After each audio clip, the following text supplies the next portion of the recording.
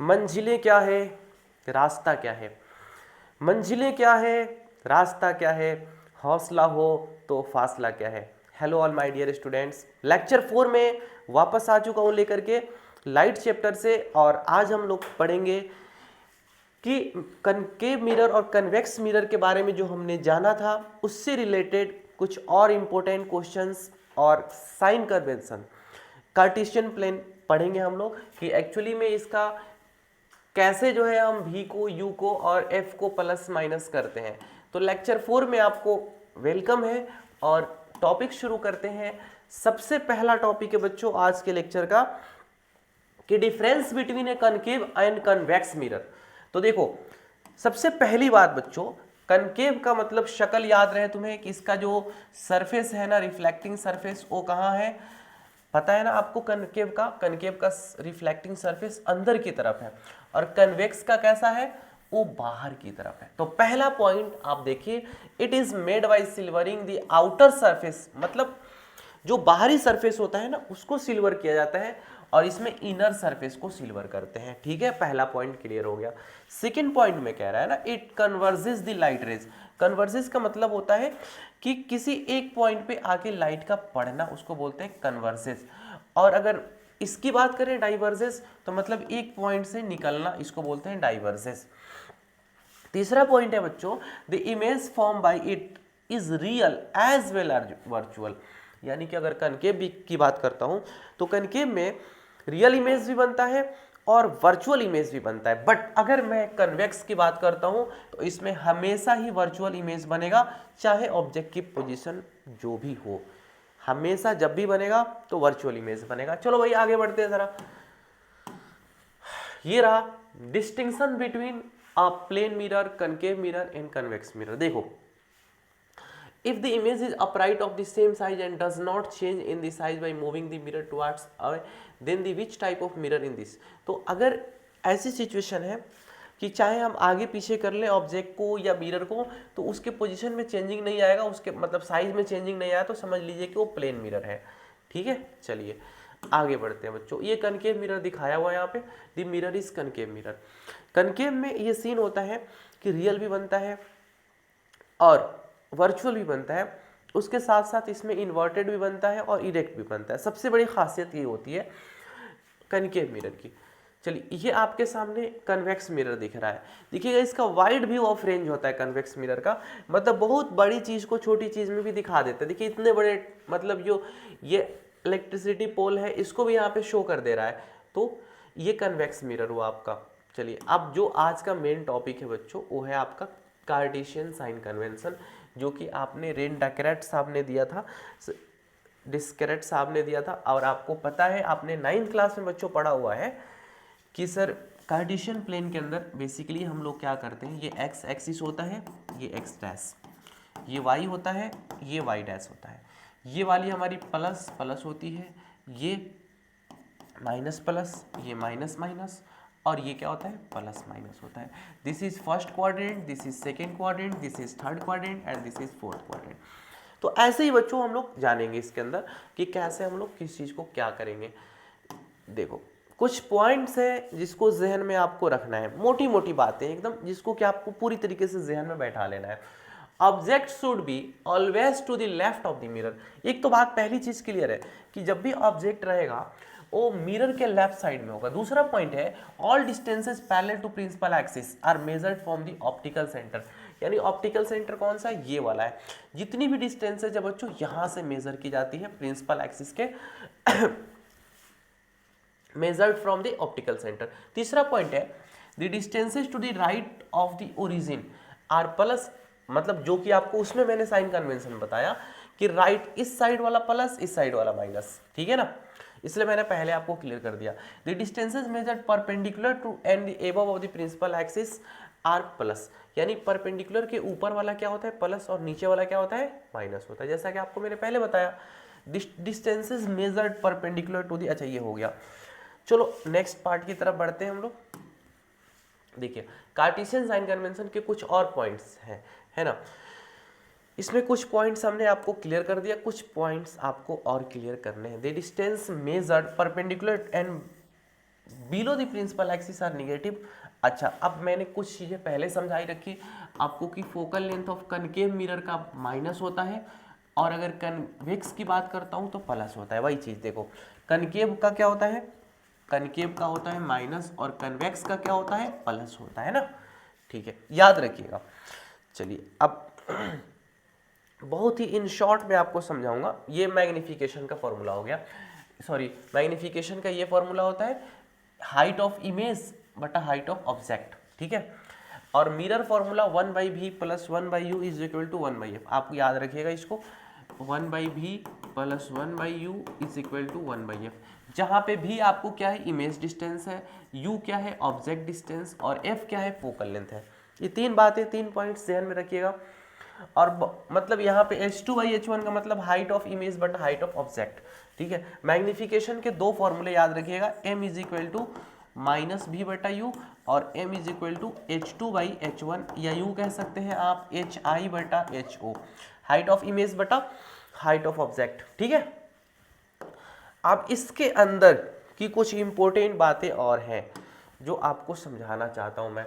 Mirror formula के अंदर देखिएगा, v को इमेज डिस्टेंस, और u की बात करें तो ऑब्जेक्ट डिस्टेंस, और f की बात करें तो फोकल लेंथ।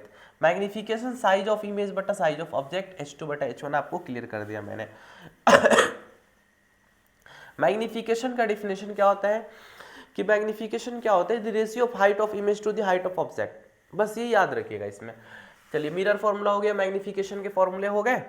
अब चलिए कुछ पॉइंट्स और जो इंपॉर्टेंट है, जो आपको जहन में रखनी है न्यूमेरिकल्स बनाने के लिए, वो ये है problem based on the formula 1/v plus 1/u is equal to 1/f। इसके अंदर आपको क्या जहन में रखनी है, देखिएगा एक मैं बात समझाता हूँ। u जो होता है ना, इमेज डिस्टेंस, सॉरी u होता है object distance, u is always negative, u हमेशा ही माइनस होता है। न्यूमेरिकल बनाने के बहुत ही बढ़िया तरीका बता रहा हूँ, एकदम दिमाग में सेट कर लो बच्चों, u is always negative, u हमेशा ही माइनस होगा। और अगर मैं v की बात करता हूँ तो v में अगर मिरर की बात हो रही है, रियल इमेज है तो रियल इमेज है तो माइनस होगा, और वर्चुअल इमेज है अगर वर्चुअल है तो प्लस होगा। रियल है तो माइनस, और वर्चुअल है तो प्लस। पूरी तरीके से दिमाग में सेट कर लो। u और v का सीन मैंने बता दिया। और f की बात करता हूं तो f मैंने ऑलरेडी पहले बता रखा है कि कनकेव की बात करेंगे अगर हम तो माइनस होगा, और कन्वेक्स की बात करेंगे तो प्लस होगा। आई होप कि साइन कन्वेंशन आपको जहन पूरी तरीके से बैठ गया होगा।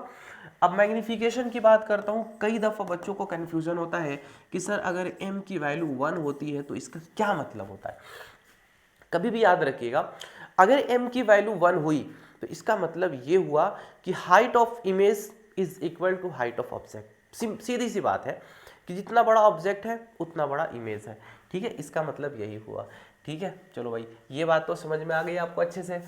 वर्चुअल इरेक्ट पूरी बात क्लियर हो गई है ना। आई होप कि मेरी आवाज़ क्लियर आपको समझ में आ रही होगी बिल्कुल। चलिए एक क्वेश्चन करते हैं, और कैसे न्यूमेरिकल को सॉल्व करते हैं मैं आपको उसका तरीका समझाता हूँ। जैसे देखोगे कैसे इस क्वेश्चन को सॉल्व करेंगे। ऐसे कहता है कि an object is placed at a distance of 36 centimetre from a concave mirror और focal length 12 centimetre, find the image distance. सबसे पहले न्यूमेरिकल बनाने में आप क्या करते हैं बच्चों, आप लिखते हैं गिवन डाटा। क्या लिखते हैं आप, गिवन डाटा लिखते हैं। गिवन में आप सबसे पहले देखेंगे u दिया हुआ है ऑब्जेक्ट डिस्टेंस, और ये होता है माइनस, इसलिए मैंने माइनस लगा दिया। चलो बात करते हैं, आगे बढ़ते हैं। f इज इक्वल टू, अगर माइनस मैंने लगाया है तो यहाँ पे ब्रैकेट में मैं लिख दूंगा कि दिस इज कनकेव मिरर, ठीक है। चलो हमें क्या पता करना है, इमेज डिस्टेंस पता करना है, यानी कि v is equal to what. तो मैं लगा देता हूं यूजिंग मिरर फॉर्मूला, यानी कि मिरर फॉर्मूला की बात करते हैं। तो मिरर फॉर्मूला बच्चों क्या कहता है, 1/v plus 1/u is equal to 1/f। 1/v आपको नहीं पता है, 1/u कितना, 1/ माइनस कितना 36, और equal to 1/f।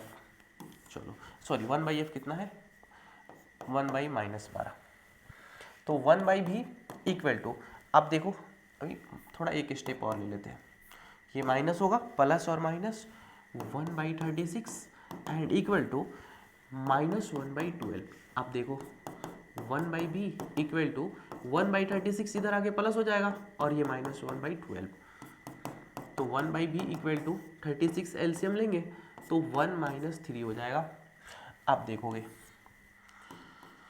1/b equal to -2/36, -2/36 का मतलब 18 दूनी 36, क्रॉस मल्टीप्लीकेशन करोगे -18 सेंटीमीटर। और बच्चों भी यहाँ पे माइनस आया, इसका मतलब ये हुआ कि इमेज इज रियल। इमेज हमें पूछ नहीं रहा है नेचर ऑफ इमेज, बट आपको समझा देता हूँ, ये माइनस इस बात को डिनोट करता है कि रियल इमेज बनेगा। इसका नेचर अगर पूछ देगा तो आप कहेंगे इसका रियल इमेज बनेगा। ठीक है, चलिए इस लेक्चर को थोड़ा आगे बढ़ाते हुए और मैं बढ़ता हूँ, और यहाँ पे एक सॉल्व क्वेश्चन है, पहले से सॉल्व है बट मैं आपको समझा देता हूँ। सेम क्वेश्चन है कि at what distances from a concave mirror of focal length 10 centimetre should an object be placed so that image is formed in behind the mirror. देखो बिहाइंड द मिरर की बात कर रहा है ना, तो फोकल लेंथ माइनस बी, क्योंकि behind the mirror बन रहा है, जाहिर सी बात है कनकेव मिरर की बात हो रही है। इमेज डिस्टेंस यहाँ पे दिया हुआ है 20 सेंटीमीटर, कि जब बिहाइंड मिरर बन रहा है तो जाहिर सी बात है इमेज डिस्टेंस जो होगा वो प्लस होगा, क्योंकि हमने पढ़ा भाई इस पोल से इधर वाली जितनी भी डिस्टेंस है वो सब की सब प्लस होती है। ठीक है, बाकी मिरर फॉर्मूला लगाएंगे आप तो u की वैल्यू यहाँ पे आ गई आपको -20/3 और -6.67, यानी u की वैल्यू हमेशा ही माइनस होती है। और v का प्लस यहाँ पे लेने के पीछे रीज़न ये है कि इमेज यहाँ पे वर्चुअल बन रहा है, इरेक्ट बन रहा है और बिहाइंड द मिरर बन रहा है। ठीक है, आई होप ये क्वेश्चन आप अपने से भी एक बार सॉल्व करके देखेंगे तो आपसे ये सॉल्व हो जाएगा क्वेश्चन। ठीक है, चलो भाई आगे बढ़ते हैं।